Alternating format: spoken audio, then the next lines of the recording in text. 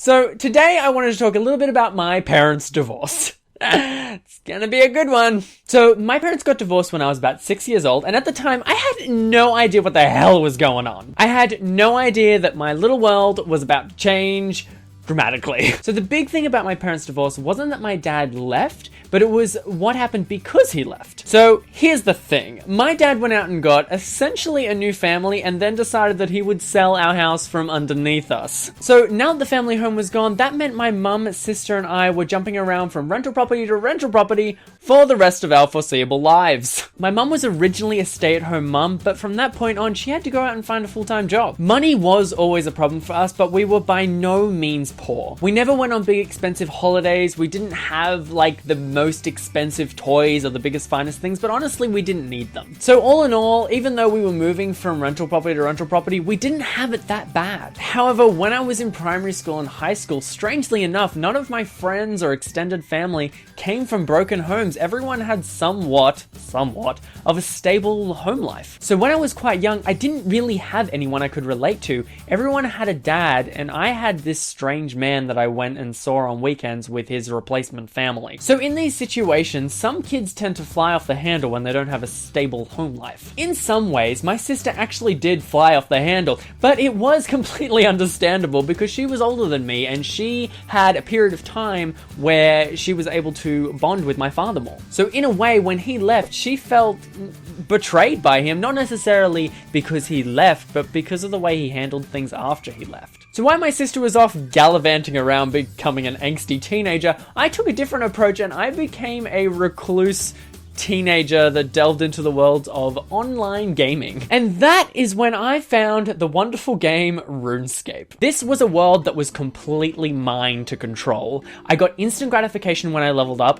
or when I completed a quest. I could play the game through the browser, so no matter where I was, what house I was living in, or what kind of computer I had, I could always play it. My little world was always with me no matter where I went. During my Runescape days, I met another player called AngelEyes343. So I met this player when I was around 14 years old and stopped playing around the age of 18. So I knew her for a good 4 years. And let me tell you, this player has absolutely no idea what she did for me. Pretty much every afternoon, I would play with Angel Eyes and tell her all of the problems that I had, my family life, my school life, and I even spoke to her about my sexuality. She was like a living, breathing journal that would talk back to me and also give me advice. All I knew about Angel Eyes 343 was that her name was Sharon, she lived in Melbourne, she had a husband, a cat, and worked at a TAFE.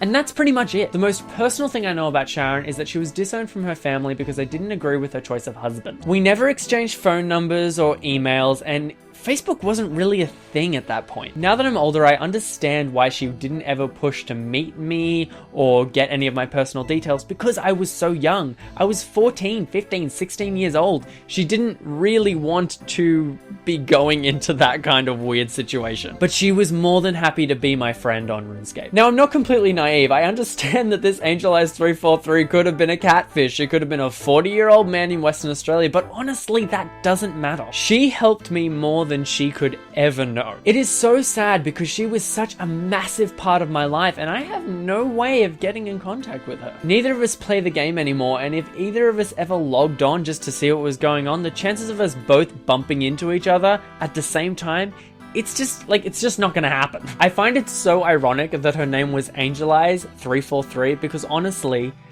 that's what she was. She was kind of like my little guardian angel through my teen years. So guys, I hope you enjoyed that story. Please make sure to like, comment, and subscribe. If you have a similar story of your own, please leave it in the comment section below, or just tell me how your week went, because I really love reading those comments and things like that.